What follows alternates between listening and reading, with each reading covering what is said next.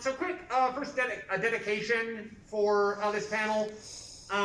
This panel is dedicated to the memory of my professor, Dr. Esther Clinton, who tragically passed away last summer. She served on my thesis committee. Her husband was the head of my thesis committee. I was one of the last graduate students to sort of work under her before her untimely passing. So this one's for you, Esther. Okay, about me. I did a bachelor's degree in Chinese studies at the University of Michigan, which I graduated from all the way back in 2009.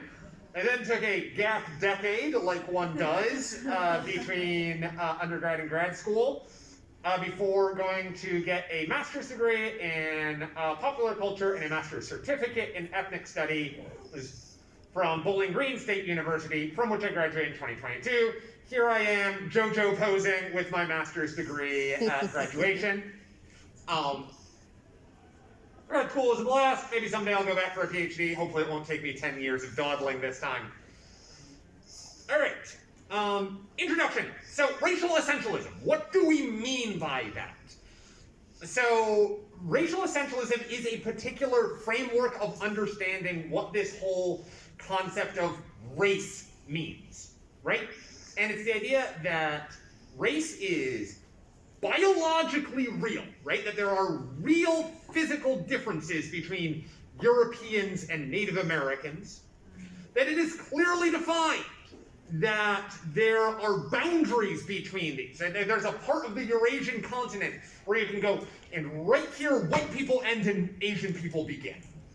And most importantly, that it is a predictive quality, that it determines someone's morality and their aptitudes. What is a person like is a thing that you can know by knowing what racial category they fall into.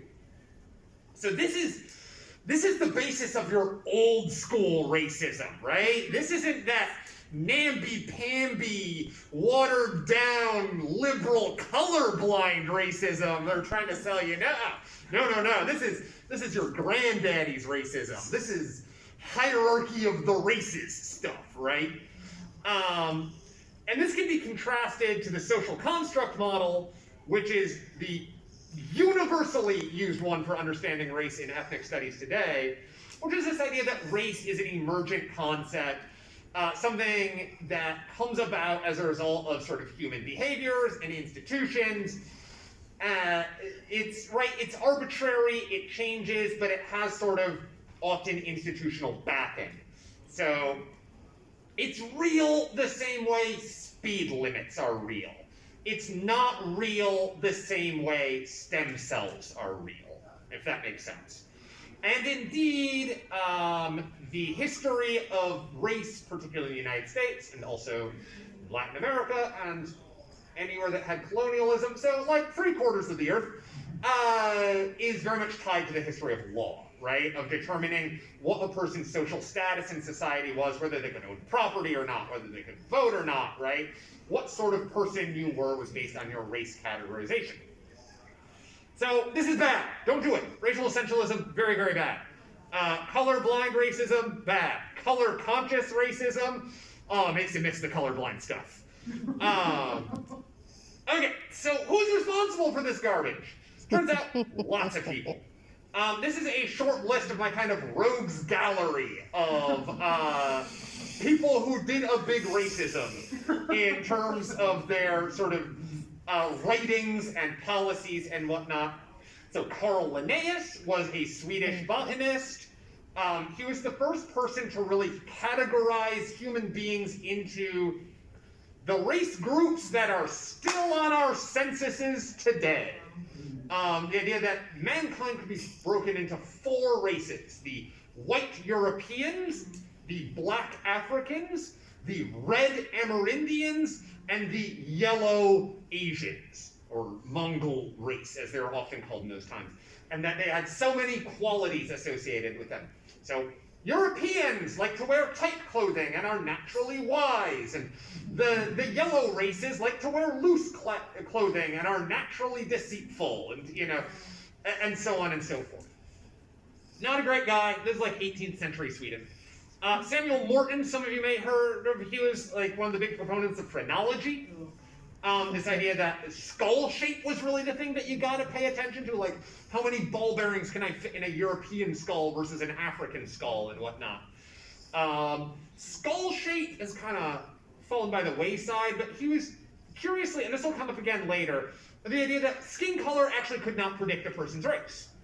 And was not a good way of measuring like who's white, who's black, just by telling by the color of the skin, because people can go out and get tans, right? And so a person's skin color changes on the same person based on their behaviors. So people were looking for things that were more permanent, and skull shape was one of those.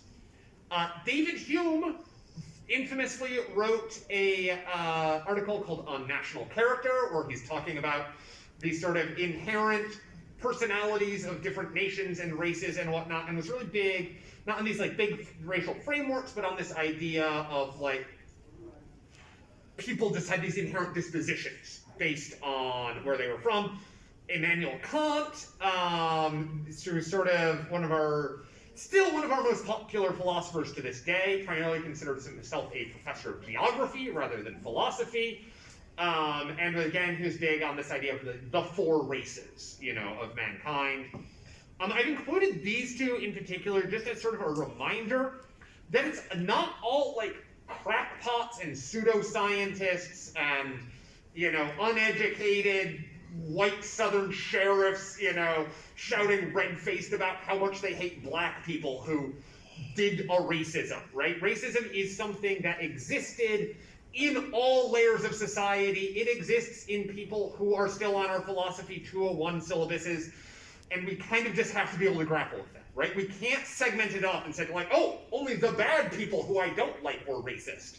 And Hume and Kant also had, okay, maybe not Kant, but Hume also had some good ideas too, and we need to reconcile. We're going to be doing a lot of that when we start talking about J.R.R. Tolkien, that people who had ideas we like also had ideas we don't like.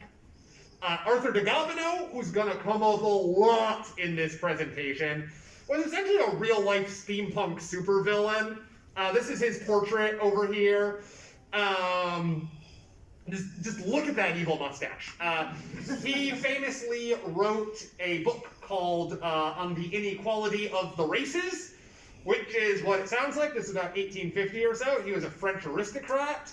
And very, very influential. He influenced everyone from the next member of our Rogues Gallery, Richard Wagner, the opera composer, who was a personal friend of Arthur de Gobineau. They traded letters.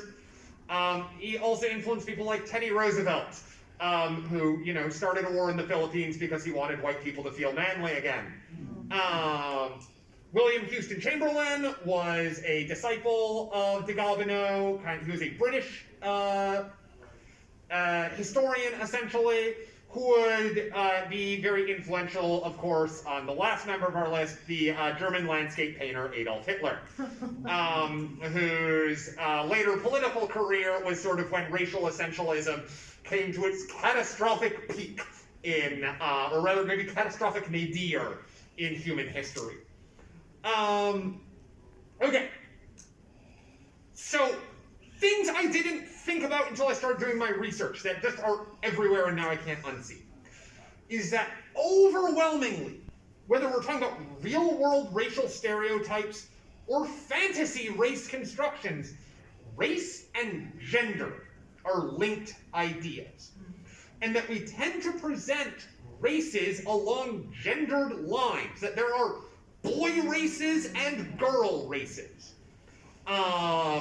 You can already think, right? Of these three, you know which ones are the boy races and which are the girl races. This also shows up in contemporary racial stereotypes about things like black hypermasculinity or Asian effeminacy. Arthur de Gobineau, this is a formal part of his theorization. He used two Sanskrit terms. More on why white supremacists love India later. It's wild. But this idea that there were two motivating principles of races. Purusha, which was masculine and materialistic, and Prakriti, which was feminine and spiritualistic.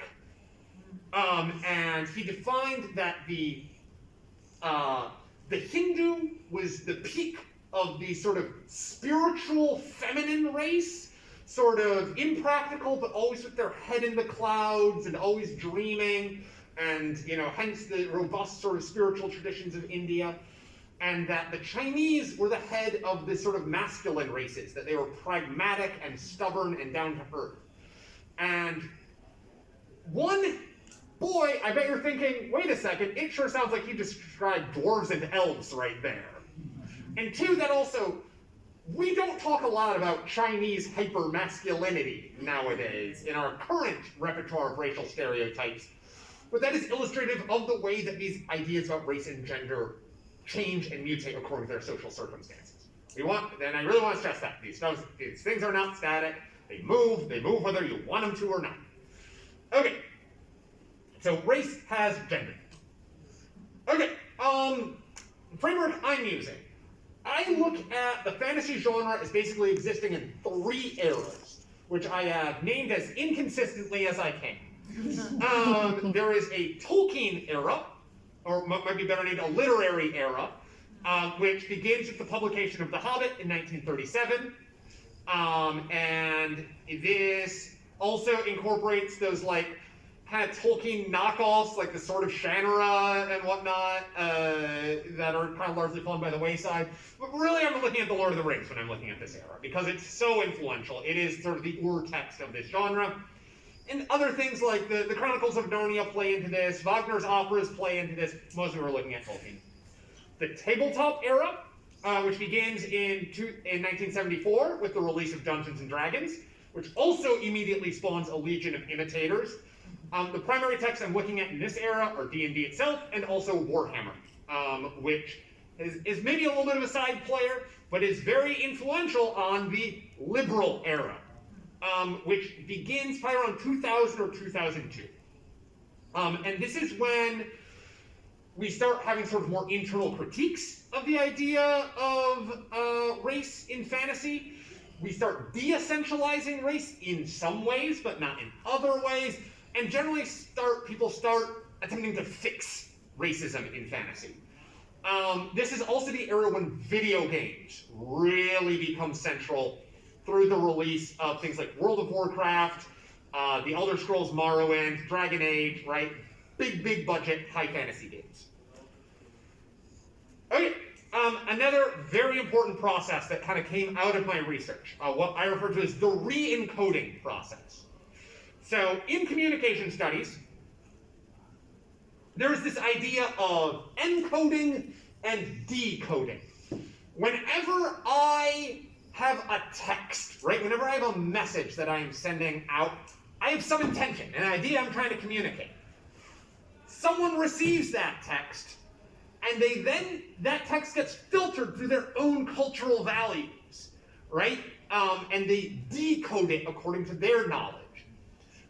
And so it's sort of, what I'm picking up is not always, or what I'm laying down is not always what gets picked up. This is why no amount of watching Bill O'Reilly will turn a liberal into a conservative. It will just make them more liberal. It'll just make them say, my God, the conservatives, they're so crazy, right? They're picking up an oppositional message from whatever Bill O'Reilly is saying.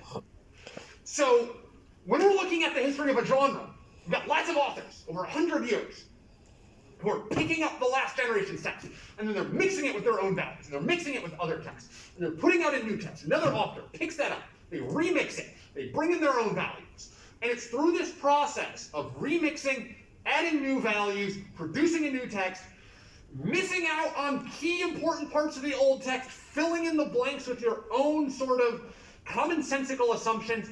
That's how genre evolves. That is how literary traditions evolve.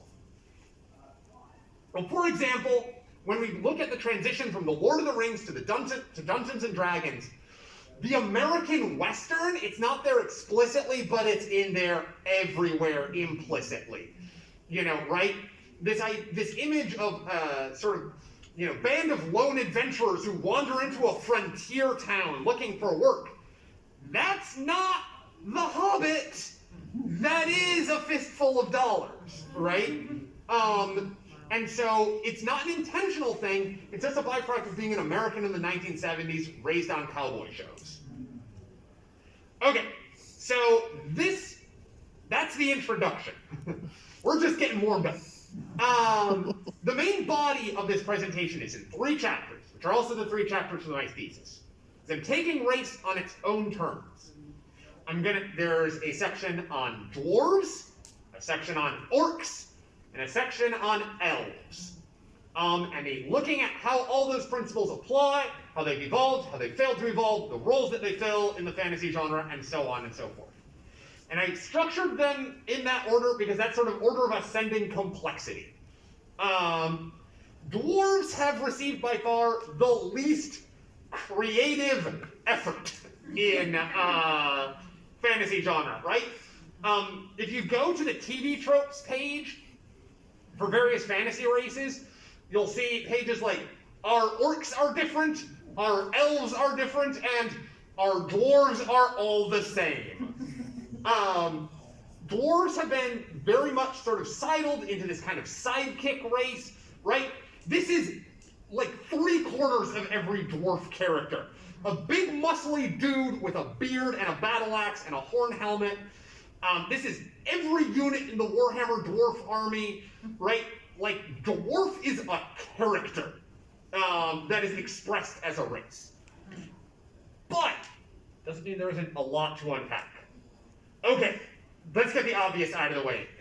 Dwarves are the boy race, right? Basically all the traits that are traditionally associated in dwarves, whether it's WoW or D&D or whatever, are masculine traits, specifically kind of working class masculine trait, right? They are gruff, they are violent, they are hardworking, they're practical. Increasingly, they are muscular. That's something that kind of comes about later. We'll get to that in a bit.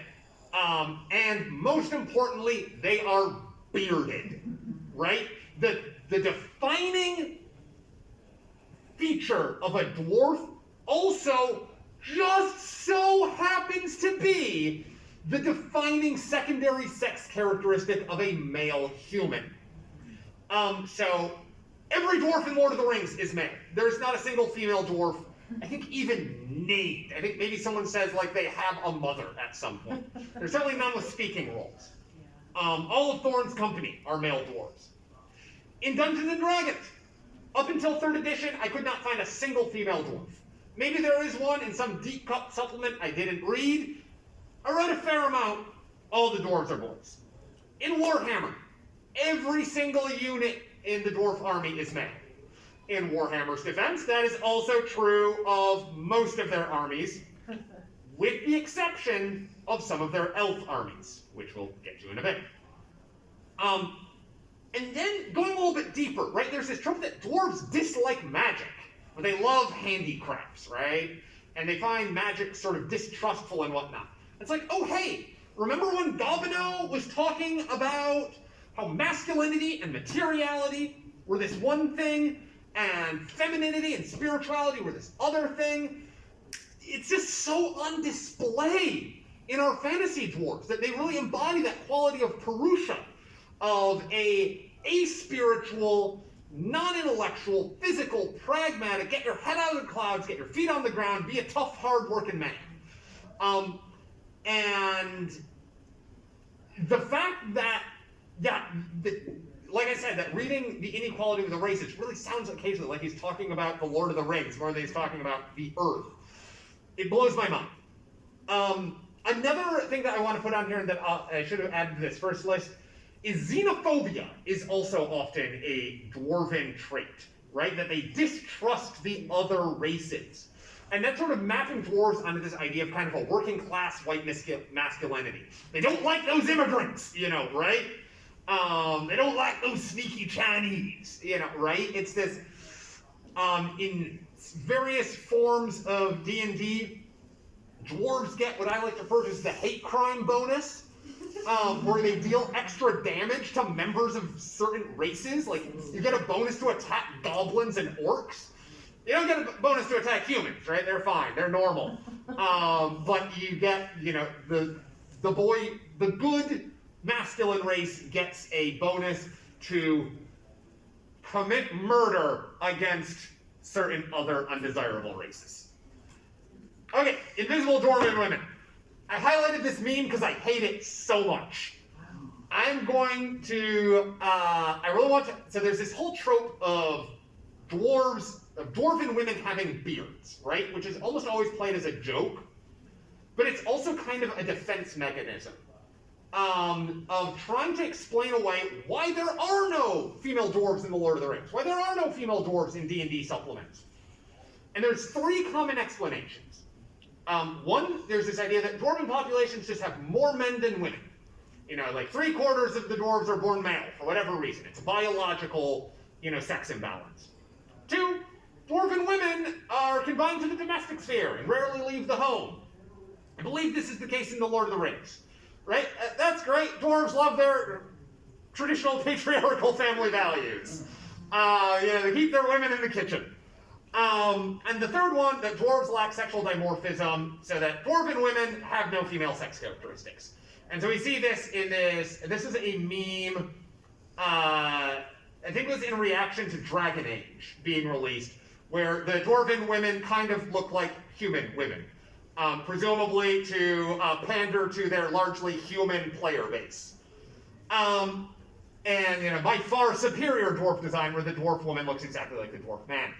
And this idea of, the dwarven women look just like the dwarven men, to me it's a bad faith gotcha, right? It's like, it's not that there are no dwarven women, there's plenty of dwarven women. All the dwarves in all those D&D books, they were actually girls.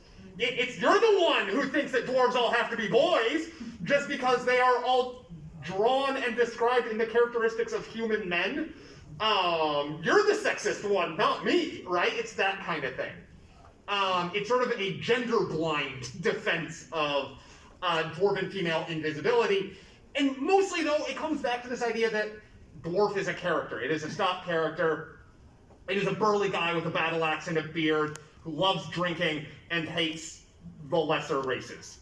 And any image of femininity, either physical or social, doesn't fit into that very narrow, some might even say, essential characterization of the dwarf. Okay, yes, muscles, beards, and dwarf inflation. Dwarves have a problem, though, with being the boy race. And that's that they're short. Right? It's hard to be the tough macho guy when you're 3 feet tall. D&D has found a clever workaround for this. They just make the dwarves bigger in every edition. In my thesis, I have a whole chart laid out of the average height and weight of a dwarf by D&D edition. But basically they get half a foot taller and about 20 pounds heavier every time a new edition comes out. So here are some first edition dwarves who this guy's got some pretty yoked forearms and everything, right? But they're far more petite than this goddamn gorilla beast, right? This liver king of a dwarf in the third edition art, whose deltoids are literally bigger than his head. So they try and compensate for dwarves being short by making them increasingly muscular, to conform to this mesomorphic ideal that women are supposed to be skinny and petite, and men are supposed to be burly and muscular. And so the dwarf body gets mapped onto the image of the male body. Okay, now let's get in to some of the meat of the particular text. So, if there is one question that started this whole road I went down, it's, when the hell did dwarves get Scottish accents? Why is that a thing? And when you look at the dwarves in The Lord of the Rings, they are explicitly characterized as a Jewish allegory. Not as a Scottish allegory, not as a Viking allegory, not any of the stuff that got mapped on later. Tolkien has said this himself in interviews. There's an interview from 1971 where someone's asking him about his books, and he says, yes, the Dwarves, they remind you a bit of Jews, don't they? Their words are Semitic, and they keep to themselves, and so on and so forth. So the Dwarven language is based on Hebrew. There have been extensive linguistic deconstructions of how this all plays out. There's an article called Jewish Dwarves by Rebecca Brackham that goes into this in depth. The Dwarves in the Lord of the Rings are a diasporic people, just like the Jews in Europe in the 1930s were. The Misty Mountain is a sort of lost Israel, right? A home that they have been displaced from, would like to return to. The Arkenstone is the Ark of the Covenant, right? That there's this sort of sacred object.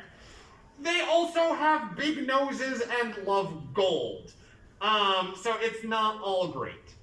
And obviously, the part of this that people know is the dwarves are also based on various Germanic and Nordic fairy creatures. The Svartalfar, the Black Elves of the Icelandic Eddas.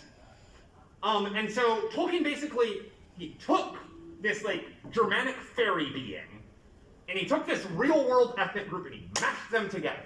And this is sort of the template of what race is in the fantasy setting. It's halfway between an alien species or a type of fairy, and it's halfway between a real world ethnic or racial group. Richard, also very important, Wagner did this too. I did not dig in deep on Wagner. This is stuff I found kind of later on in my research, and it was a little bit beyond the scope. But there have been analyses of the Ring Cycle operas, the Nibelungenlied, that look at how the characters of Albrecht and Mime were based on the Jewish stereotypes of 1870s Germany. Richard Wagner was also a raging anti-Semite. Like I said, this is the guy who's palling around with Arthur de Gobineau. Tolkien has argued that he took zero inspiration from Wagner. He once said, "Both rings are round, and there the similarities end." On similarities between the Lord of the Rings and the Nibelungenlied. There have also been extensive articles written about all the parallels between the Lord of the Rings and the Nibelungenlied. So either one, Tolkien was bullshitting, and he hated Wagner, or he hated the Germans in general, right? Because the whole World War I and II thing, and didn't want to acknowledge having any influence, conscious or unconscious.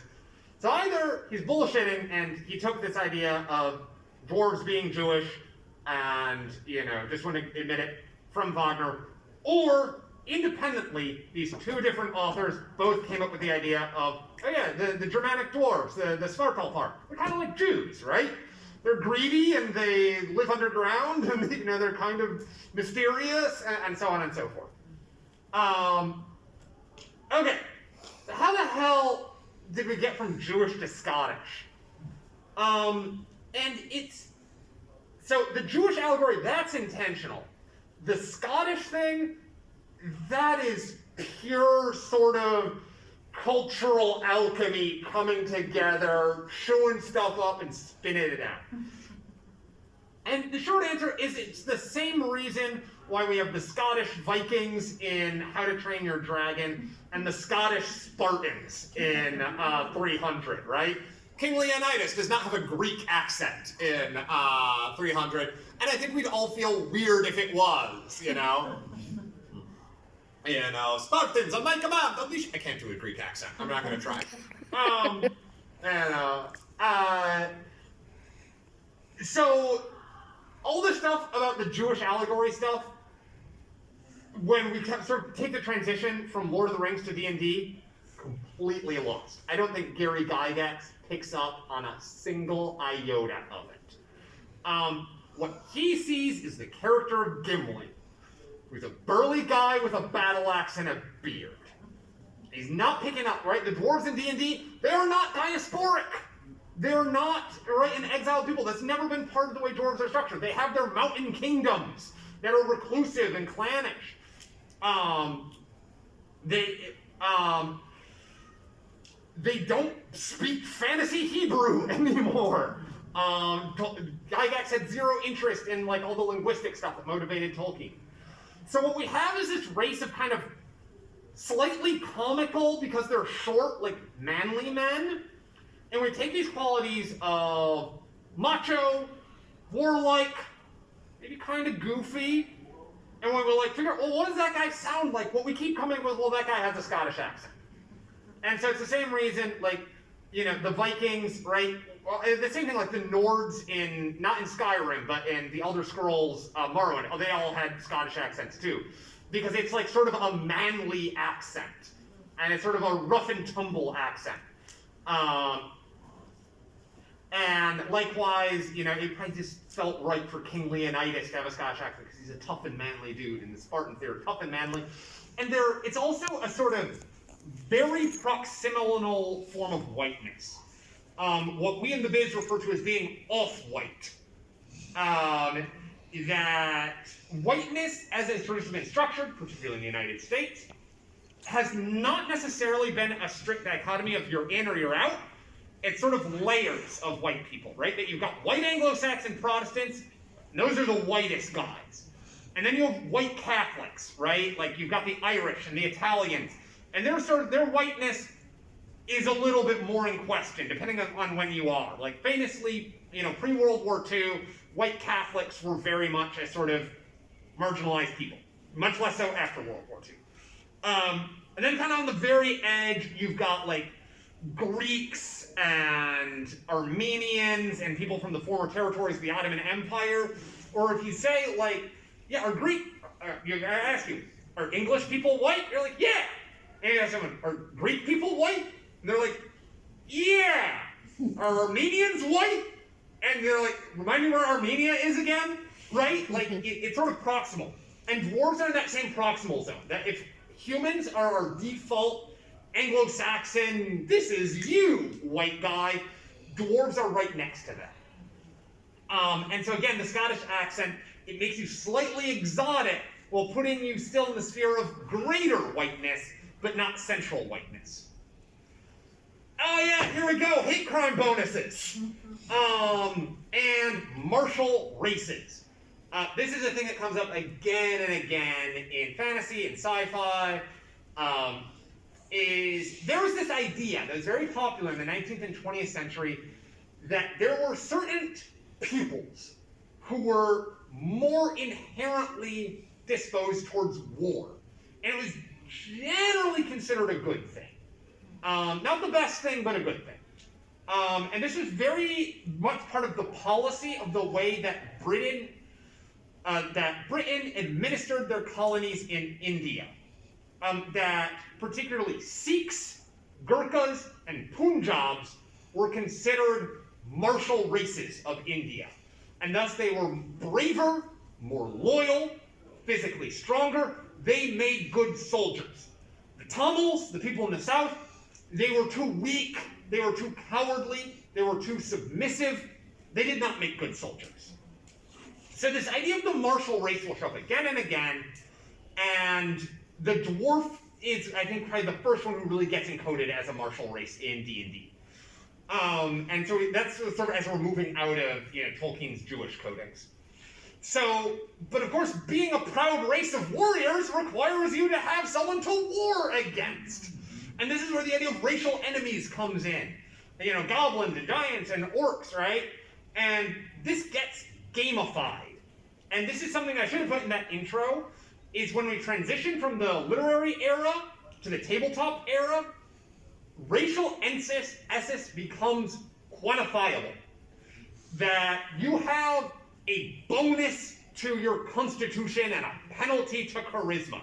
You have a set of numbers that determine you are better at fighting, worse at talking. And how much. And this is still used in D&D, this is still used in the Elder Scrolls, this is a staple of fantasy RPGs. This has created a whole genre where people unironically use the phrase racial intelligence penalty. And it's just considered sort of standard fare. And then as we get into the more specific stuff, that's when we get into like the hate crime bonuses and whatnot. And so we're able to say who is a martial race, who is a sort of more cerebral race, through the mechanism of game statistics and special abilities and favored classes. And right, a D&D 1 edition dwarf can't even be a wizard. You can only be a fighter, a rogue, or a cleric. Okay, here we go. This is just a highlight from the Complete Book of Dwarves, which is a 2nd edition supplement. Dwarves detest drow, orcs, goblins, hobgoblins, and evil giants, eradicating them whenever found. Some strongholds are not above enslaving such creatures and forcing them to work in labor camps. And dwarves have no doubt that they are involved in a war of massive proportions. It's known as the war to the death, for the dwarves that sworn fight until their enemies are destroyed. Holy shit, right? These are the good guys. And we're talking about how the dwarves sometimes do a holocaust. And again, reencoding. They've gone from being literal Jewish allegories to running concentration camps by 1992. And we're going to talk a lot about this in the next chapter. Get ready for things to get depressing, because we're talking about orcs. This is the one that probably the most attention has been paid to. No one cares about dwarves. No one digs into them, right? Orcs. Orcs got some controversy going, besides just me.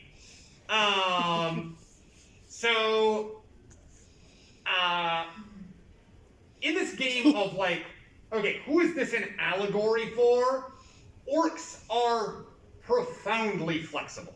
It's not a straight one-for-one thing like how the dwarves were explicit Jewish allegories in The Lord of the Rings, and now we've all decided that they're angry, that now they're all Groundskeeper Willie from The Simpsons instead, right? So this is a quote from Helen Young, that orcs are defined by their skin color, be it green, brown, or black, extreme aggressiveness and irrationality, primitive, disorganized cultures, homelands which are outside the borders of civilization. And within these qualities, we have seen, throughout our proud tradition of fantasy racism, orcs that have been encoded as being Arab, as being Mongolian, as being Native American, as being African, as being Polynesian, even as just poor white people. Right? Oh my god, such wonderful diversity the orcs have. All races are herein represented negatively. And the trope of making orcs green, which, by the way, was a part of Warhammer's contribution in the 1980s. They were the first ones to put green orcs as someone painted his models that way because they thought it would pop, and it kind of became standard. Before then, orcs were, well, we'll talk about orc skin color before then a little bit. But anyways, that really stuck because the green skin, one, it color marks them, right? Orcs are literally a people of color, and that color is green. And that green is a color that signifies monstrousness. It's the color of the Hulk.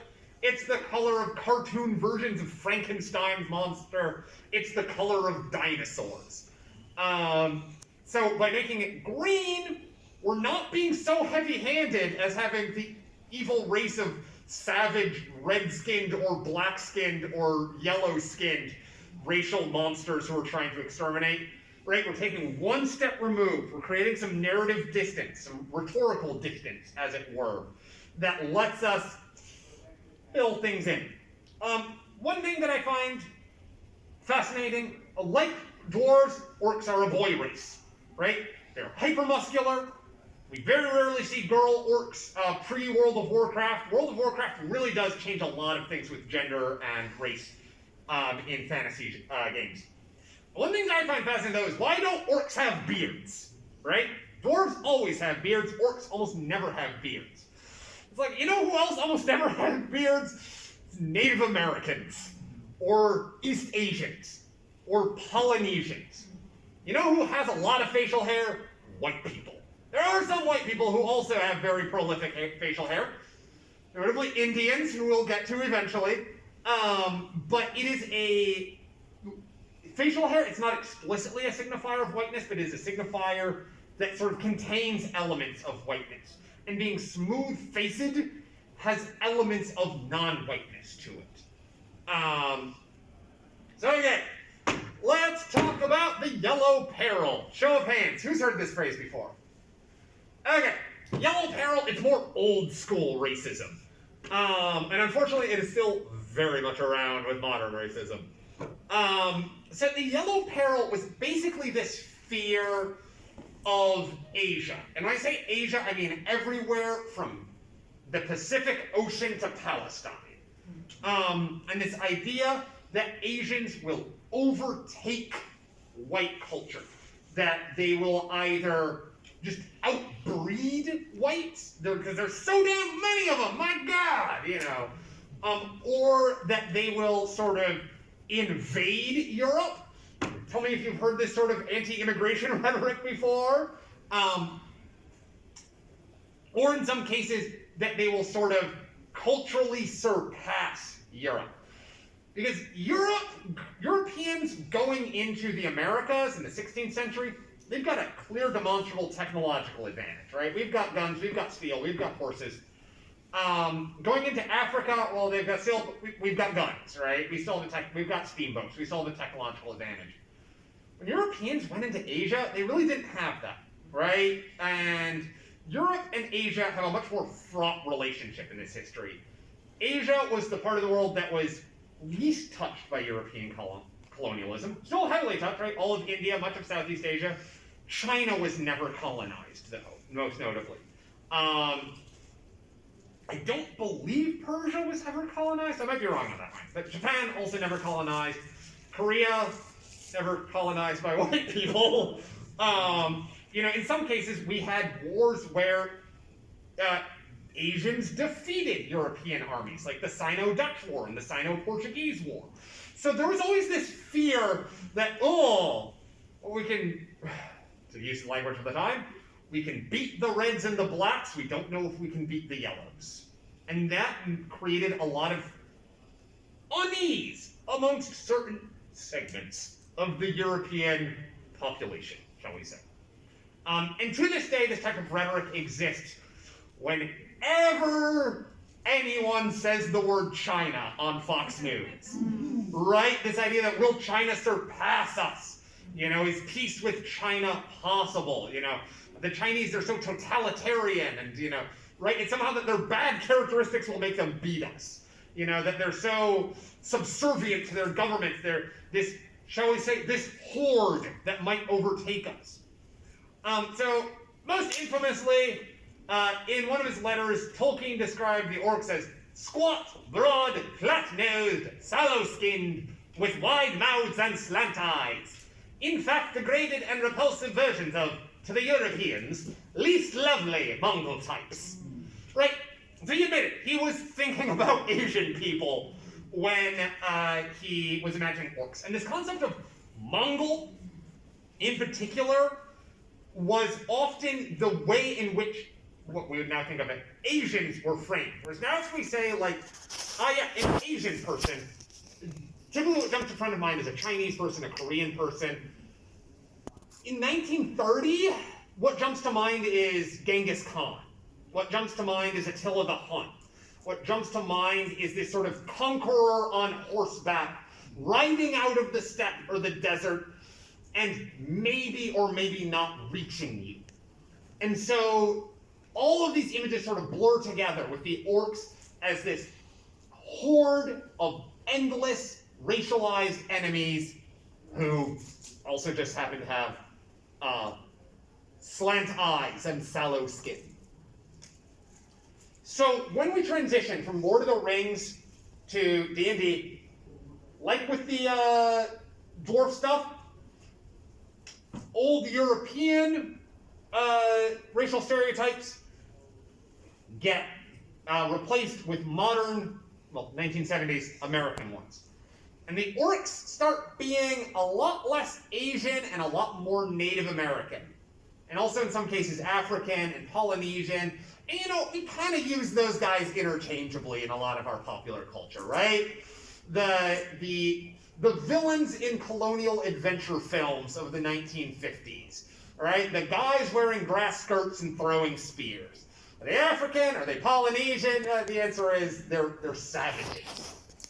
And this idea of the savage race really sort of overtakes it.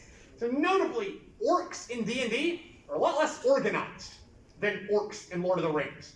They're not big industrialized armies under a central commander. They are scattered bands at the fringes of civilization, raiding settler towns, right? They're the Indians from cowboy movies. Just to, highlight some lovely things. So comparing some quotes from the D&D Monster Manual and from Arthur de Gobineau's Inequality of the Races. Orcs are a species of aggressive mammalian carnivores that band together in tribes and survive by hunting and raiding. I think I can do a little bit more Gygax-y.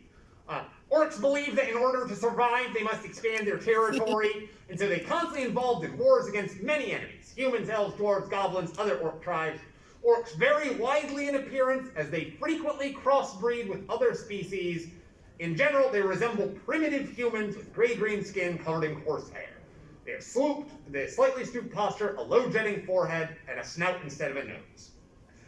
De Gobineau describing these backward tribes, especially the Polynesian Negroes, the Samoyeds, and others in the far north, and the majority of the African races, have never been able to shake themselves free of their impotence.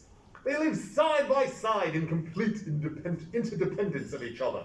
The strong massacre the weak. The weak try to move as far away as possible from the stronger. This sums up the political ideas of the embryo societies, which have lived on in their imperfect state, without possibility of improvement, as long as the human race itself. Right?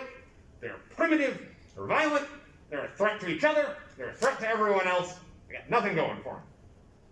And he also talks about this idea that these backward races are closer to being animals. The animal character is stamped on the Negro from birth.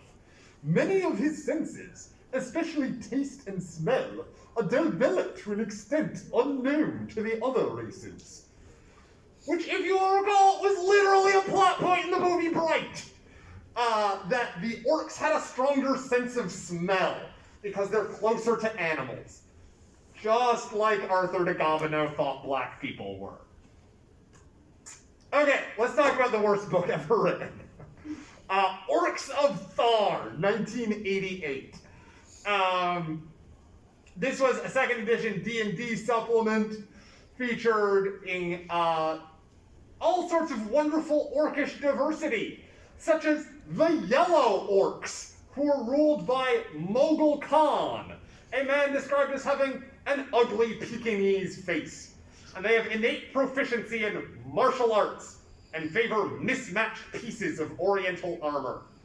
There were also the Red Orcs, ruled by Chief Sitting Drool, who wear feathers braided in their hair. I wonder what these could possibly maybe be inspired by, Could there maybe be some sort of real-world allegory he had in mind with constructing these orcs? So one thing worth noting, I find fascinating, as the orc becomes increasingly associated with Native Americans and Africans and the savage races in D&D, hobgoblins fill in to pick up the slack. This is a problem I like to call stereotype splitting. When you have a race that has too many sort of stock characters associated with it, too many traits that are conflicting with each other, they often get split into different fantasy races. So as orcs take on more of this tribal savage stuff, it's like, okay, yeah, but the Chinese and the Mongols, they weren't tribal savages, they were organized, they were hordes, they were militaristic, right? They're conformists. These orcs feel very individualistic. And so what we do is we take all that sort of anti-Asian sentiment and we kind of start bringing it out of orcs and we start pouring it into hobgoblins instead. This is a real-ass drawing from the first edition Monsters Manual of Dungeons & Dragons. This is the example of what a hobgoblin looks like when D&D was created.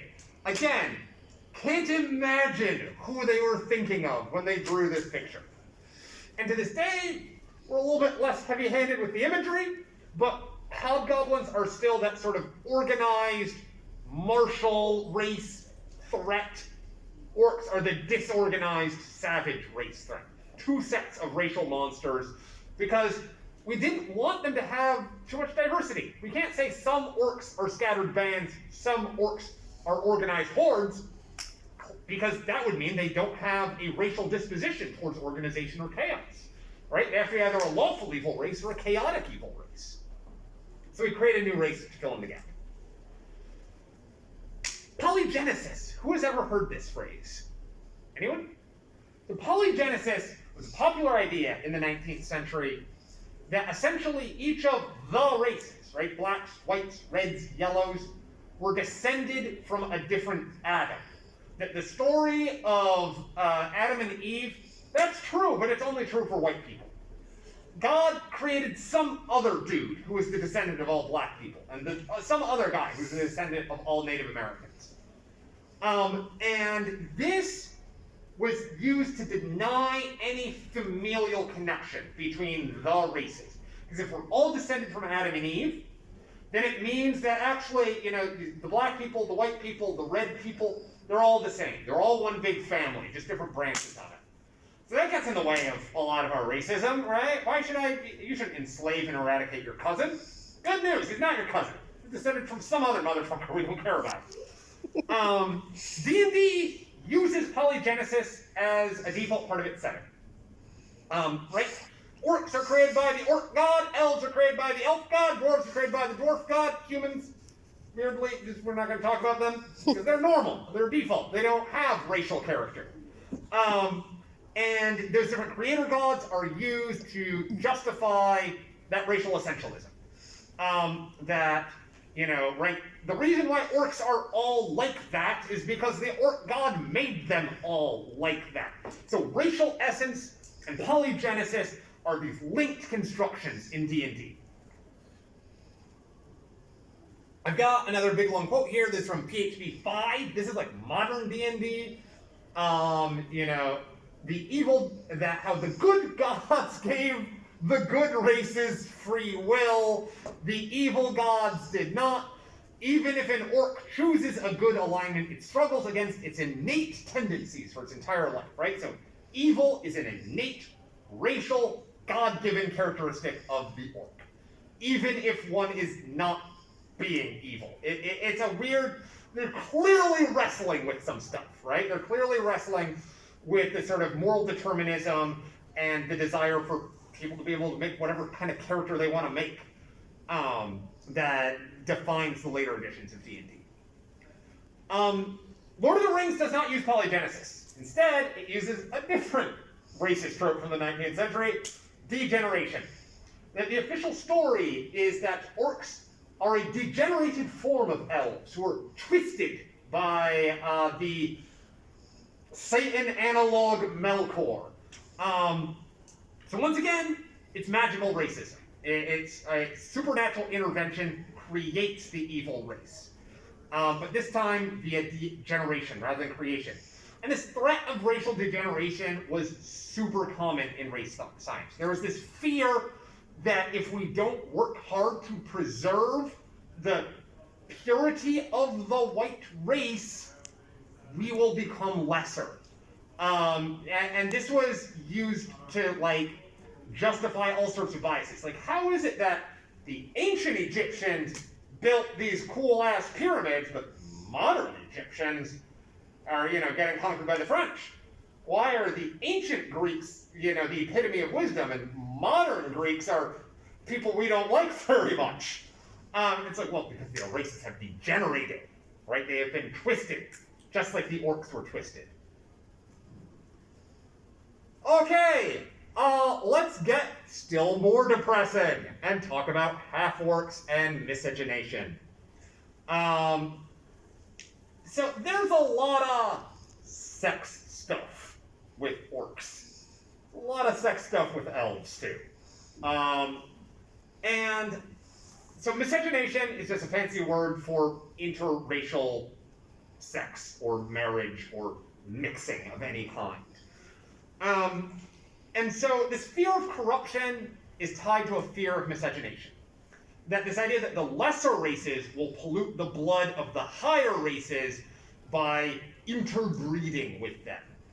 This is the basis of so much Jim Crow era law in the United States, right? Like the one-drop rule. That if you have one African ancestor, you are now black, even if you have 100 white ancestors. Because your blood has been corrupted by that ancestor. And this is why there is so much fear about black men stealing white women. Why that is also, and all that fear is why that is still a super popular porn category, because it's a very taboo thing. There were similar fears about, in kind of the early 20th century, about how Asians desire our women and are going to corrupt them. All right, we got to protect the white women, is a very common theme in a lot of this sort of racial politics. So half-orcs have miscegenation sort of baked into them, right? And in D&D 1E, by the way, this is the first edition Player's Handbook illustration of a half-orc. What a charming fellow he is. Go ahead and cast your own interpretation on where these features were being sort of ascribed from. Gary Gygax even puts a number on this sort of level of pollution. That the top 10% of half-orcs are human passing enough and smart enough to be player characters, right? To be human passing. The bottom 90%, they're just monsters. I don't know if this was intentional. I really hope not. But basically, there was this guy in the late 19th century named W.E.B. Du Bois. He was one of the first, prominent African-American scholars. He proposed this idea of a talented tenth, that what black people needed was a sort of educated 10% to act as leaders amongst their community, and that could sort of uplift the rest of black people out of poverty and whatnot. I don't know if this is Gary Gygax talking about half-orcs as the orc talented tenth. If so, that is a really yikesy comparison, in my opinion. And there's a lot of focus on the sort of miscegenative capabilities of orcs that comes up in RPGs. That orcs will breed with anything, and a number of unsavory Mongols with orcish blood. Pathfinder straight up says the quiet part loud, half-orcs are monstrosity, they're tragic births, the result of perversion and violence. That there is an implicit rape narrative in the existence of half-orcs, right? Orcs evil, humans okay, right? That this is not the result of a consenting, loving marriage between an orc woman and her human husband who, are defying, society by being together.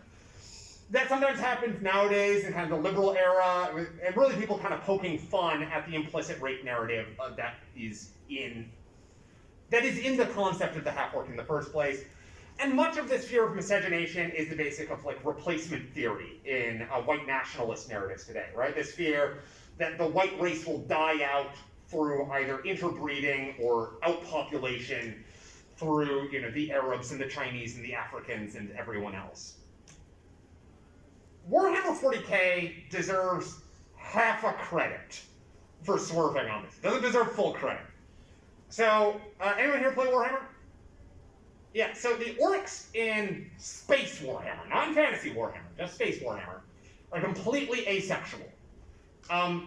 They don't have sex with anybody. They reproduce through spores, or through magic, or through some other wild-ass means. There's no rape threat. There's no miscegenation. So they literally can't breed. But at the same time, that spore-based orc plays to the yellow peril fear that the orcs can repopulate and reproduce themselves so quickly because they spread like a fungus and thus need to be eradicated like a fungus. This brings us to our even more depressing slide, the genocide imperative. And this is where fantasy is at its worst. When we combine an absolute notion of good and evil, right? That these are real things and they are at war with each other. Add that, it manifests as good races and evil races. Add to that, good is defined by its destruction of evil. What we get, good races are defined by destruction of evil races. So when we take a fantasy setting that has these qualities, we create a scenario where ethnic cleansing, it's not just permissible, it's a moral imperative. The thing that defines a good race is exterminating an evil race. And within the fantasy logics of D&D or early Warcraft, that is true in that scenario. Congratulations. You've made a power fantasy about genocide. You've made an alternative fantastical world where genocide is good instead of bad. Why would you want to do that in the first place is sort of where my critique comes in. And so race war often becomes a foundational aspect of a lot of fantasy games and literature. It's certainly an aspect of the Lord of the Rings, right? The Orcs are a racialized army who the good races are at war against. And Lord of the Rings talks about dead orcs a lot. Just get a PDF of it and just do a search for the word orc and see how many times it has described them as either being innumerable or ant-like, or describing them as dead. Then describe how many times it has them talking. And you'll find they primarily exist for this purpose of being this endless horde of things to die. And obviously fantasy war games like Warhammer, Heroes of Might and Magic, early Warcraft, this is all based on race war, right? You don't choose a Warhammer army that is the multiracial coalition of elves, dwarves, and orcs who are all fighting in the name of anarcho-syndicalist principles, right? The thing that binds your army together is race. Or sometimes a small handful, like the orcs and goblins race army. Anyone here familiar with the orc baby dilemma of edgy GMs beloved throughout the years? So it's basically this thing where you have a scenario where the heroes are kicking in the door to someone's house and murdering the occupants. Those occupants are all orcs, so it's a-okay. Alright, you're raiding a dungeon, and you kill a bunch of the orcs, and that's all great, that's fine. Then you find a bunch of baby orcs in a back room. And it's oh, you kill these baby orcs, because orcs are inherently evil and thus must be killed. But babies are inherently innocent and must be preserved. And so it's a way for DMs to kind of throw the moral logics of the game against the moral instincts of the player. The anime Goblin Slayer, which sucks and I hate, this is their opening episode. The hero finds a bunch of baby goblins and he beats them to death with a club. Because they'll grow up to be adult goblins, and goblins are inherently evil, and so they need to be exterminated, and this is a convenient time to do it. Don't do this. Don't make power fantasies about killing babies. I'm not big on prescriptions, but maybe that's one of them. Okay. Does it get better? Yes. Everything we've said has been very depressing. But we start seeing a major shift right around 2002 with the release of two games. The Elder Scrolls Morrowind, and more importantly, Warcraft 3. Both of which are the first major video games to start seeing orcs as people instead of monsters. In The Elder Scrolls 2, orcs are just a monster who you fight in the wild. You can't be an orc. In The Elder Scrolls 3, suddenly orc is a player race option. There's some backstory they throw in, oh yeah, the orcs banded together to form a kingdom and they got mentioned in the empire, blah blah blah. The important thing is they've moved to the other side of the structural binary from a them to an us. Warcraft 3 went really hard on this. The main character is like Orc Moses, in an era when orcs are being kept in concentration camps by their human overlords after all the race war stuff in the first 2 Warcrafts, and he's sort of leading his people to freedom. And Warcraft's sort of fantastical explanation for why orcs are evil is, oh, there was a blood curse put on them by a demon millions of years ago. And so they have some orc heroes go find that demon and they fucking kill it. And it's like, great, we don't have a blood curse anymore. We are no longer supernaturally compelled to be evil. They magic their way into it, they magic their way back out. This is great. I really do admire Warcraft 3. It is one of the few things I have nice things to say about in this. I think D&D should follow suit. When they released D&D 6th edition, they'd be like, yep, orcs used to be evil because the evil orc god Grooch made them that way, and then a mighty orc hero got super mad, and he killed Grooch. And now the orcs are free to choose their morality just like everyone else. So you can use these same rhetorical conceits to dig your way out of the same hole that you dug yourself into. That said, before I'm too nice to anybody, World of Warcraft era orcs, they're now in that same martial race category. The same as Dwarves, the same as Klingons, the same as Krogans. They're tough and warlike and they love fighting, but they're okay guys instead of inherently evil guys. And WoW is like the way they make the Taurens Native Americans and they give the trolls Jamaican accents, and just, they're really dropping the ball on a lot of things in their race representation.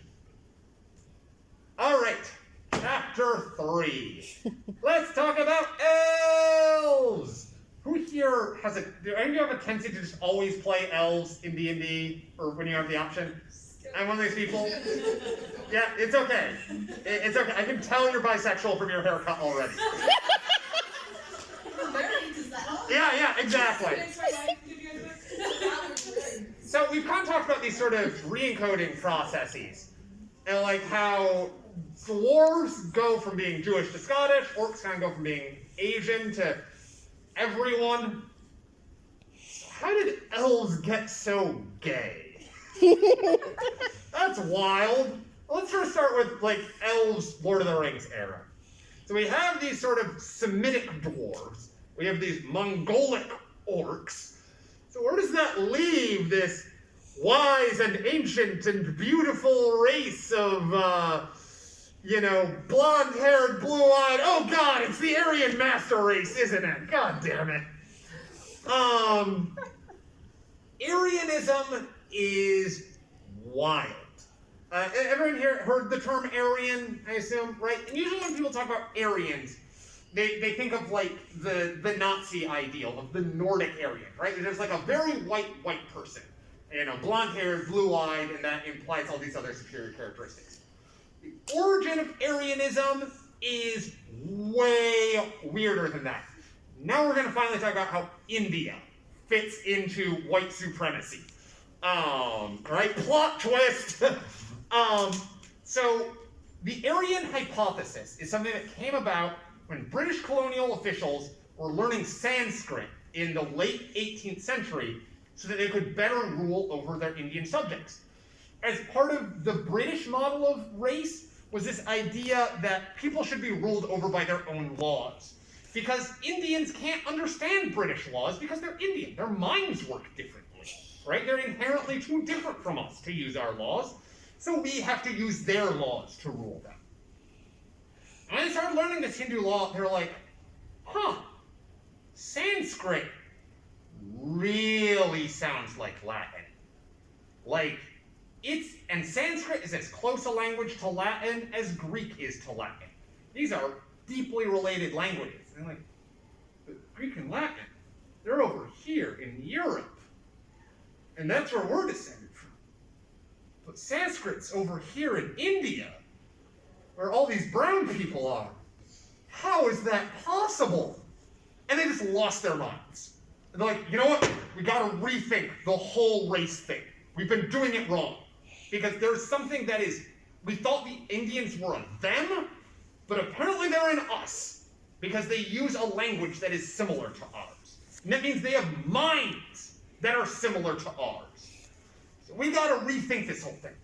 So the model of the Aryan, it is a entirely new model of race. Race is not a thing that is determined by the color of your skin or the shape of your skull. It's actually determined by the language you speak. Because your language is the thing that reflects how your mind works. And we know that the Greeks and the Romans were superior humans and were super wise and smart because their language was so cool. But if the ancient Indians were speaking basically the same language, then they must have been super cool too. So, and the Persians, my God, they're also speaking a related language. So they must be part of this. And so Aryan itself is a Sanskrit word. It means noble. And this idea that these are the noble races. These are the wise races. And this idea then sort of, the Aryan bridges between a white self and an Asian other with language and mind as the unifying principle. And because now the Westerner is no longer opposed to the Easterner, the light-skinned person is no longer opposed to the dark-skinned person, the Aryan is opposed to the Semite, right? Because we need to have a heel for our face to go up against. Semitic languages primarily are Jewish, Hebrew and Arabic. And so Jews and Arabs are the archetypal Semite. And the other one who are sometimes contrasted with the Aryan is the Mongol, right? Oh, perfect! Orcs and Dwarves, right? And these are sort of the three principal linguistic racial categories. And there's this wild-ass speech I found from, like, the 1790s of this British guy named Samuel Lang talking about how the blackest-skinned Tamil is just as Aryan as the whitest Briton. And just as Britain now rules the world, perhaps the Tamil will rule in the future, because they too are Aryan. It was a weird... Aryanism actually started as a statement of sympathy for Indians that turned into a statement of hatred for Jews. This would famously, of ideas that got a little bit out of hand, the Aryan master race is probably top of the cake. And the other thing about this is because we're looking at sort of ancient languages, like Greek, Latin, and Sanskrit, the Aryan is sort of a mythic figure who lives in the past. So the Aryan races are the people descended from the original Aryan race. The Aryan master race, if you will, in the same sense as a master key. And so now we have these elves, right, who are ancient and wise and, right, are this superior ancient race in threat of dying out. I don't think any of this was intentional. Unlike the Jewish thing or the Mongol thing, I think this is purely Tolkien reflecting the racial climate of his time, particularly as someone who was trained primarily in linguistics, because it was linguists who were fighting for this Aryan model, right, up against the biologists who were fighting for the somatic models of race. Let's talk about Arthur de Gobineau again. So, as I talked about with the Dwarves, there's this idea that, you know, there's Purusha, which is this masculine and material principle, and there's Prakriti, this feminine and spiritual principle. And just as Dwarves sort of embody Purusha, Elves embody Prakriti, particularly the High Elf brand of Elves. They get bonuses to their intelligence and their magical skills. They're the wizard race, right? So the girl race is also the magic race, because femininity, cerebrality are over here. Masculinity, physicality, like warrior races, are over on this other side. And Gobineau himself believed that the Indians embodied this principle of Prakriti. So he is also seeing this sort of Aryan connection to Prakriti that is showing up in The Lord of the Rings with their sort of Aryan elves. It's a game of structural binaries, right? Masculine, material, Semite, Mongol, all on this side. dwarf, orc. And then feminine, spiritual, civilized, Aryan, elf, Indian, they're all on this side. This is just another spot the similarities. I'll skip reading through all this. But yeah, same thing. Basically, this passage from the Silmarillion really sounds like this passage from the Inequality of the Races. There's a strong and wise and beautiful race, elves. There's a strong and wise and beautiful race, whites. So let's get into the gender stuff a bit more. And the girl race. This is another god-awful first edition D&D illustration. All the art in first edition D&D is really bad. And so we've got a human with his giant mustache, a dwarf, who, boy, they were a lot smaller back then, a half-orc with whatever's going on here, a half-elf, and an elf. And you'll notice all these are boys. This elf is the only girl. And there are more female elves than female humans in the Lord of the Rings, right? We've got Arwen and Galadriel. We really only have Éowyn in terms of female humans. We have as many female humans as we have female giant talking spiders. The other major female character in Lord of the Rings. And likewise, there's more pictures of female elves than of female humans, let alone female dwarves or orcs or halflings or any of that. Those are all boys in early D&D modules. And so, it's really, I think everything hinges on this concept of beauty, right? The Aryan, they're the wise and strong, and they're the beautiful race. And the elves are the beautiful race. But our concept, being beautiful, is a feminine characteristic. Men who beautify themselves are seen as effeminate. Women who fail to beautify themselves are seen as failing to perform femininity. So, elves get kind of cast in this role of being the sexy girl race. And we see this in another sort of miscegenation narrative, but a very different one than the half-orc. Whereas the implicit narrative of a half-orc is an orc raping a human woman. The implicit narrative of a half-elf is a human hooking up with or winning a sexy elf girlfriend, right?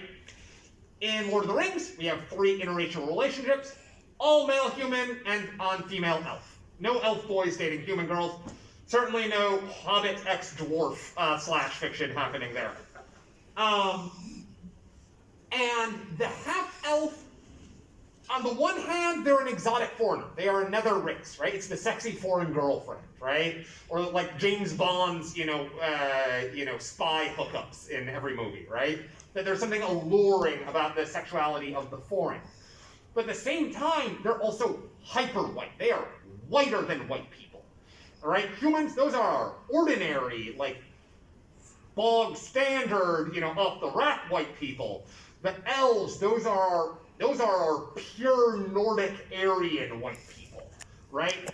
So white that they actually become kind of an other rather than an us, but an aspirational other. Oh God, if only we could be that white.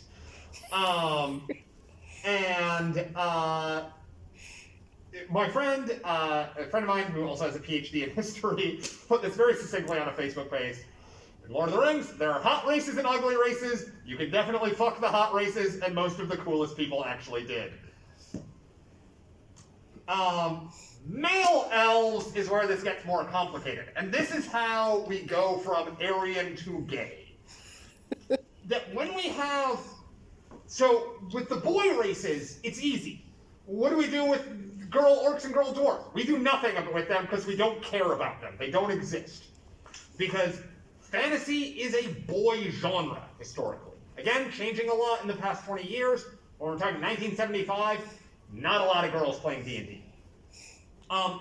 So when we have men who express feminine characteristics, they are overwhelmingly seen as being some kind of sexual minority. The same thing when we have women who express masculine characteristics. Right? If a woman is burly and has short hair, it's assumed she's a lesbian. And so the male elves, it's a lot of jokes about male elves being gay.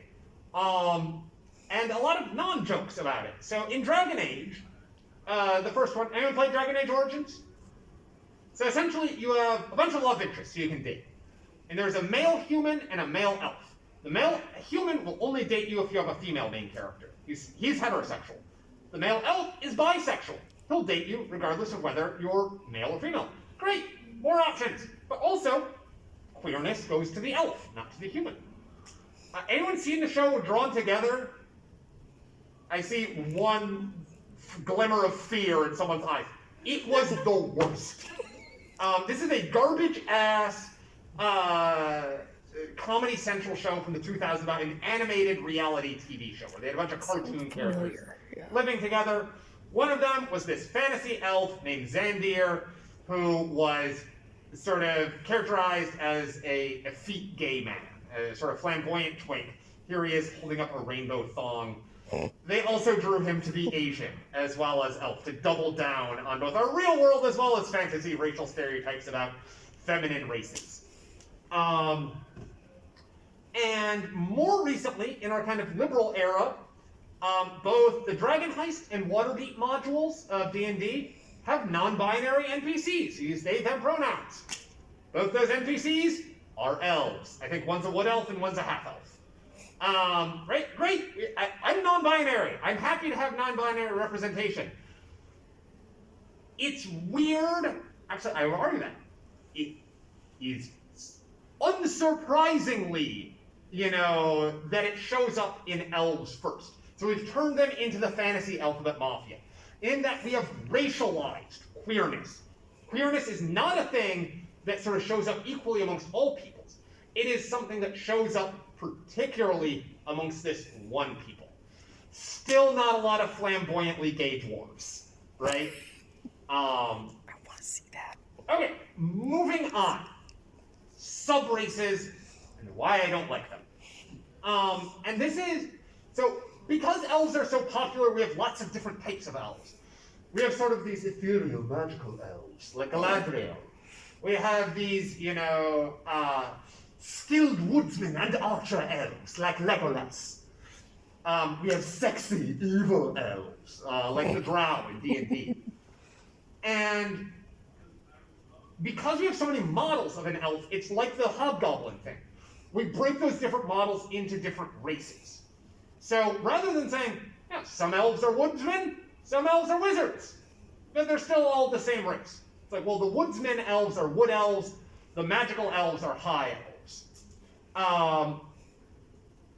And dark elves we're a good masculine race. We have orcs, an evil masculine race. We have elves, a good feminine race. And we have dark elves filling out to be the evil feminine race. As a side note, D&D gets a lot of much deserved shit for also making the evil elves literally black. And explaining that through a sort of fantasy curse of Ham.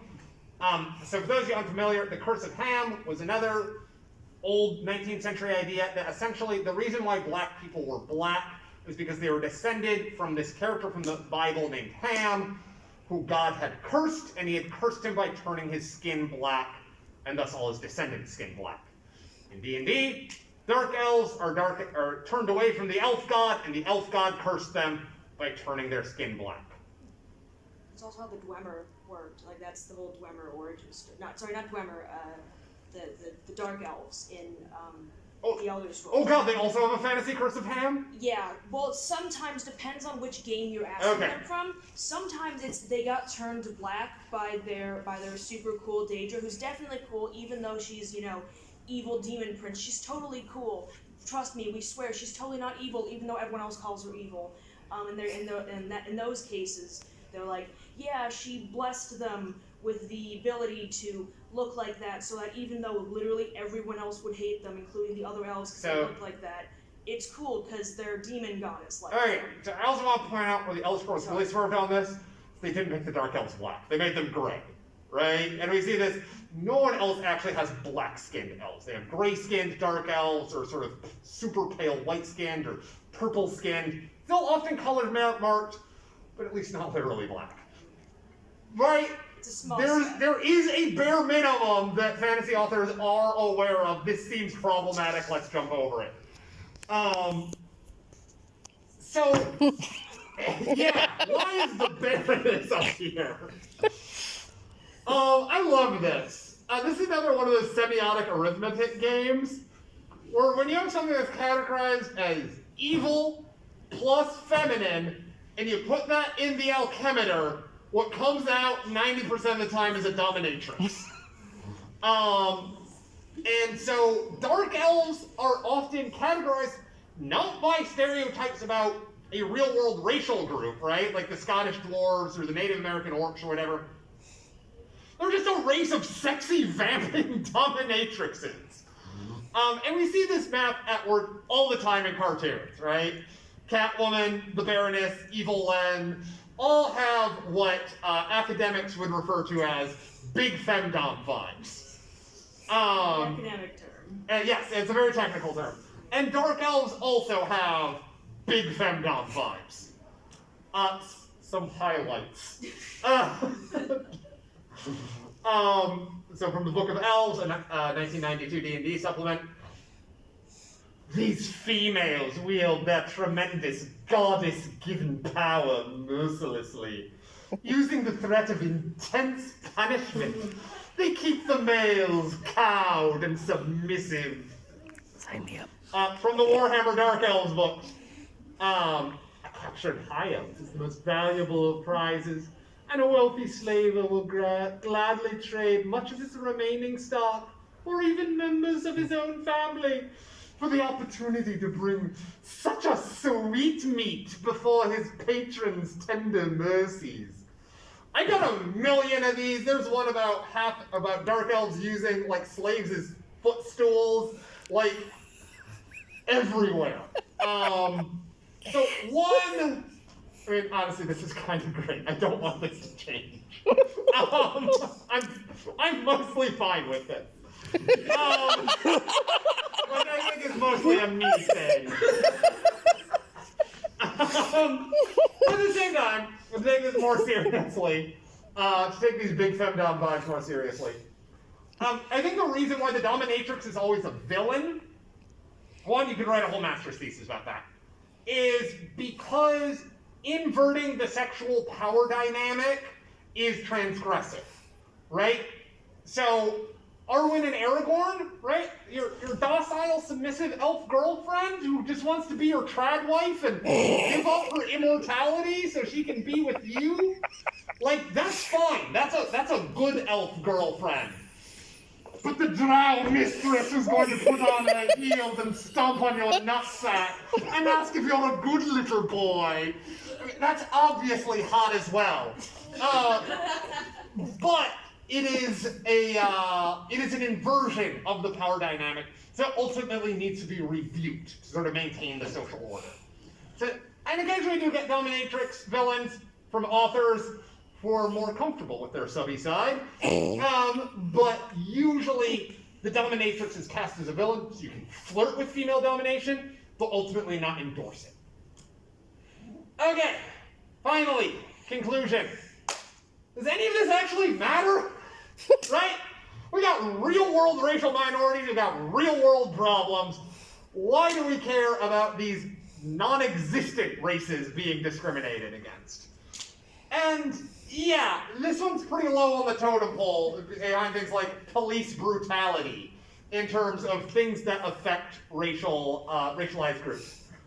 So it's not so much that this is a problem because it makes people racist, right? That's dumb. That is a reductive take. As we talked about, people aren't just monkey see, monkey do.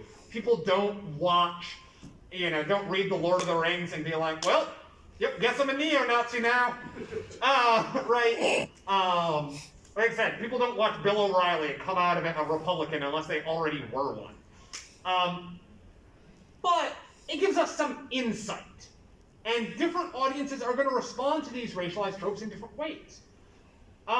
Notably, Stormfront, the avowed white supremacist internet group, has a subforum dedicated to The Lord of the Rings. They do not have any subforums dedicated to any other books, movies, or pieces of literature. They just have a general culture forum and then a specific Lord of the Rings forum.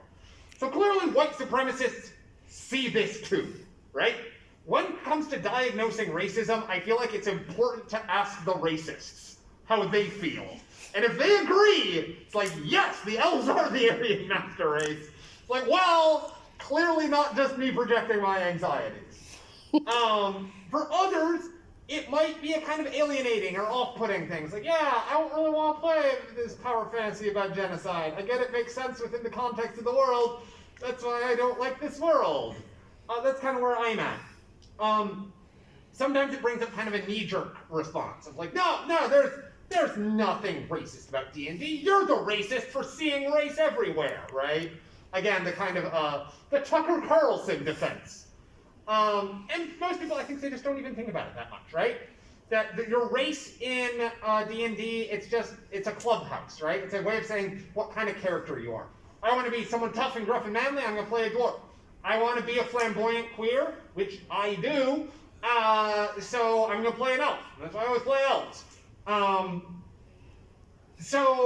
it also demonstrates the way that these ideas about biological race, like, they're really not around in the real world. I don't think a lot of people are talking about the racial essence of the African race in the year 2023, but they are around in our fantasy worlds. They've sort of snuck in into modernity that way. Are other genres better? No, they're actually usually worse. Science fiction is just a slightly worse version of this. Star Trek does all the exact same things, except now it grounds it with science instead of magic, right?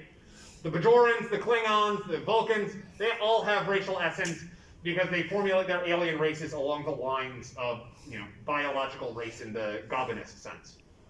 Oh, okay, well, it's fine. I'll avoid speculative fiction. I'll play things in the real world. Ha! Ha! Oh god, have fun with that! Like, yeah, I'll run a Western! A game based in a literal colonial frontier. Or I'll do a pirate RPG based in a different colonial frontier. You think racism's bad in these fake-ass worlds? Wait till you're being a GM, having to be actual racial minorities, having to play actual, Black and Native American characters. It gets way worse. Try playing a game of Werewolf the Apocalypse with all its magical Indian stuff and not feeling awful afterwards. That's a feat right there. So I view racism is like nitrogen. It's part of the air we breathe. Because it was so important for so much of our history, it's not going to go away. You're not going to find something that is pure of these influences. You're going to find stuff that engages with it more deeply, stuff that engages with it more shallowly, stuff that's going to try and engage in it deeply and fail miserably, right? Stuff like the movie Bright, which tries to be anti-racist, but in such a half-assed and heavy-handed way that it just comes across as more racist instead. So it's a really kind of pessimistic conclusion. It's where I get a little bit Derek Bell and kind of, agree with the Afro-pessimists. It's not going away anytime soon, and so deal with it, acknowledge it. Don't try to pretend it's not there. Don't try and pretend it's not there in the things you like. You're still allowed to like them anyways. These texts are all complicated. They're all polysemic. They have a lot going on. There's a lot of stuff in Lord of the Rings that's not about race war and genocide. It's okay to like those things. Just don't feel like that means you also have to endorse the race war and genocide stuff. Recommended readings. Number one, of course, is Racial Essentialism in High Fantasy by Alex Koscheva. That's me. It's on Google Scholar. You can read it for free. Race in Popular Fantasy Literature by Helen Young. That was the book I probably cited the most. Race-Based Fantasy Realm by M.J. Monson, which is about World of Warcraft, which is a great sort of introduction to all this stuff. Orcs, Britons, and the Martial Race Myth by James Mendez Hodez. It's a very readable article that I also quoted a lot and kickstarted a lot of these thoughts in my brain. You can also follow me on social media. I'm Alex K on Facebook and Alex K on Instagram. And we still have 22 minutes. I was aiming for half an hour, but let's take some questions. Evan-san. Okay, so I'd like to drill down on something you said earlier about like the miscegenation. Yes. Why can humans being the sort of like box standard people, self-insert race, I mean, we're setting aside like the other fantasy races like halflings, sort of the class dialectic and that sort of embodied in that. But why can I guess the question is why can we fuck orcs and elves and have kids and not dwarves? Why do you think that? Yeah, that's a great question. And notably, like in Dark Sun, there are half dwarves. And problematically named mules. Yes, good, right? So we can, and it's just as bad when we do. I think the reason why half dwarves aren't as popular of a concept, or halflings, Quarterlings. yeah, quarterlings, if you will. I mean, with the halflings, it's because it feels like pedophilia, right? Because halflings, gnomes, kobolds, goblins, all those, they have their own race gender going on, which is child, in the sense of men, women, and children. So halflings as a sex object starts feeling very pedophilic very fast. And good news, pedophilia still not that popular. Let's keep it that way. The dwarves, I think it's because they're the boy race, and because they're the grumpy old man race. So they're not a sex object like the half-elves are. They're not the sexy foreign girlfriend, nor are they the sexual threat like the orcs are. So they're not an enemy. They're more us than them, right? They're the sidekick race. They're on our side. They're supporting us. They know their place, right? So there isn't a fear. They don't map onto a fear of a miscegenation by the other or a fantasy of miscegenation with the other. That's my take on that. They're also too masculine to be dads. Yeah. Yeah, because also on that sort of subject, it might be because since the dwarves are coded as masculine, like they're made to be the masculine race, and a lot of the time it's being a little like, oh yeah, definitely, all the nerd bros who would really consider, hey, I want to bone this fictional TTRPG character, I want to get in that. They're normally, as far as I can tell, I try not to talk to people who would be weird about that, because it makes me feel weird, because people are creepy. The idea that it would be like, it's like, oh, I am a stereotypical dude, I am the human man. Why would I bone somebody who's like a different man? Yeah, exactly. Two bros chilling in a hot tub 5 feet apart because it's not gay. I'm gonna be really crass reason. Why does anyone want to fuck the dwarves? Because we draw the dwarves to be unfuckable. And I think maybe this isn't even take unless you got unless you're really into short bears, which is a niche fetish, but they're not hitting mainstream concepts of sexuality either on the desire front or the desirability front. There's not as many people into DILFs as there are. Yeah, exactly.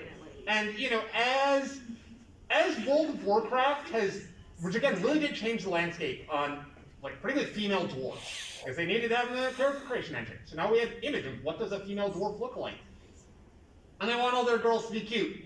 And so we have cute female dwarves coming out of World of Warcraft, which means now you can actually find some more, fantasy dwarf porn if you're looking for it. So I think that's technically progress. Other questions? Yeah. I'm just gonna keep throwing my. Absolutely. What'd you think of the Rings of Power on Amazon? Oh my God! I'm so glad that it proved all my points correct. And so I wrote this all before Rings of Power came out. And so much of this is just on full display in Rings of Power. Galadriel's vision quest is to do a genocide, right? She says to the orc boss, orc daddy, I forget what his name is. It's like, I want to exterminate every last living orc and wipe you from the face of the earth. And we also see some weird half-assed attempting and failing to wrestle with these things when orc daddy is like, but the orcs, they have names and they have hearts, they're people like you and I. But then we look at the text itself. We never learn any of those orcs' names. We never see them exhibiting an emotion besides malice, cruelty, or violence. We never see them interacting with each other. We never see two orcs raising their kids or playing cards. They are purely presented as a racialized monster who exists to be a threat to the heroes and killed as a sign of conquest. So we have, like, the dialogue saying one thing, orcs are people, don't genocide us. And then the text saying another thing, orcs are not people, do genocide them. And so the text is agreeing with Galadriel. Again, in this fictional world, Galadriel's orc genocide is justified. That is a problem with the fictional world we are creating, because it is the real world that is creating it. Also, Rings of Power is just like a hot mess all around. And maybe slight props for, I guess props I will say for, one, having female dwarves. Never had those before, that's great. They were trying something by giving the elves short hair, that failed. Bring back the long hair until we got something better. All the, like, Kim Jong-il bouffants on the elves look terrible. And then, you know, this approach to colorblind casting of, like, oh, and I actually went on Stormfront to read reactions to Rings of Power. They hated it too. You know, that's something America could band around, regardless of politics. But they really hated that there was a black elf. And I think actually the real power move on that is we finally have a male elf, female human romance. That right, we have a male member of the girl race in love with a female member of, not the boy race, but the neutral race, which is us, humans. And so they're crossing the racial gender lines in a way that is, I thought, actually kind of clever and progressive. Making the elves and dwarves, you know, some of them are black, some of them are white, some of them are Asian, that's fine. I think that actually makes a lot of sense within the Lord of the Rings, because race is a clearly defined thing in the Lord of the Rings that has nothing to do, that is not based on skin color, right? So a black elf or a white elf are still an elf, and they still have definitive racial characteristics based on being an elf. Skin color just isn't one of them. So I think that's an appropriate place to do colorblind casting, kind of like Bridgerton, you know, right? And it also, that colorblind casting does not do a whole lot to chip away at the underlying racial framework of the text. We got around it. This was awesome. Awesome, thank you for coming. I'm a 2019 VG alum, so that was cool too. Oh shit! All right. Mine was in human development and family studies. Okay. You know, similar. Yeah, absolutely. Thank you so much. Thank you. Other questions? Yeah.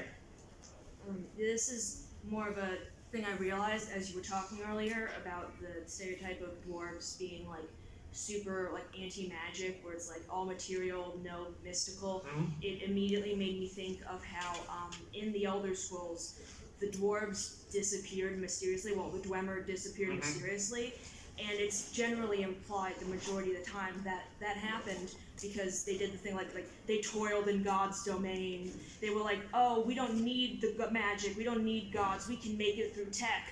And then they, you know, they did the equivalent of like digging too deep. They went too technology focused, and then the magical gods were like, nope, don't do that. Exactly. A lot of times dwarves get cast as the tech bros of the fantasy world. Yeah. Or the industrialists, you know. Yeah. But then because the Dwemer were also like entirely just a monolith, like every single one of them goes off their rocker in love with making clockwork robots. All of the entire group is deleted. Yep, all like dwarves love robots, all high elves love magic, It's all like we barely know what they even look like. Redguard are black people who are good at sports. Yeah, the Red Elder Scrolls has a lot of problems. So. Yeah, it's like I'm really scared of how they're going to address that in the new one, Hammerfell, the one that isn't out yet, because its entire premise, as far as we can tell, is it takes place in the Redguard homeland of like Akavir, but that's on an entirely separate continent than Tamriel, where all of the other plot has been. Oh. So it's kind of like, wait, how is this the same universe? I'm sure nothing will go wrong there. Yeah, because I'm like, you're basically just reinventing the wheel, but trying to make it different from the already messy thing. So you're going to make a messy thing messier, and I'm very scared. And it's, you know, part of the problem, right? Because we are, you know, wedded to our tropes. We're wedded to the past. There's a really easy way to get around everything I complained of. 90% of what I complain about my thesis. Don't use orcs, elves, and dwarves. Just take them out of your setting, right? Yeah. You may still inherit some stuff, like, you always look at this in, with A Song of Ice and Fire. Because A Song of Ice and Fire does present a socially, culturally constructed model of race instead of a biological one.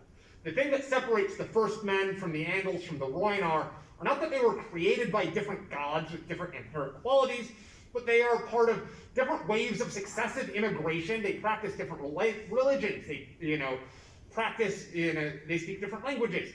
It's the thing that separates ethnic groups in the real world. Many of them closely modeled, right, on like the waves of immigration in Britain. Still some problems, right? Like the Dothraki are actually one of the most like forthright example of the savage Mongol trope in a way that feels actually very reductive compared to, I think, the often very nuanced way that race and ethnicity is presented with like the first men and the Andals in A Song of Ice and Fire. And like, why do these people dislike each other? It's always because there's all this history, because there's these religious differences. Whereas like, why do orcs and dwarves hate each other is a racial characteristic, because there is no history in D&D, right? They don't come from anywhere. It's a setting neutral statement of racial animosity.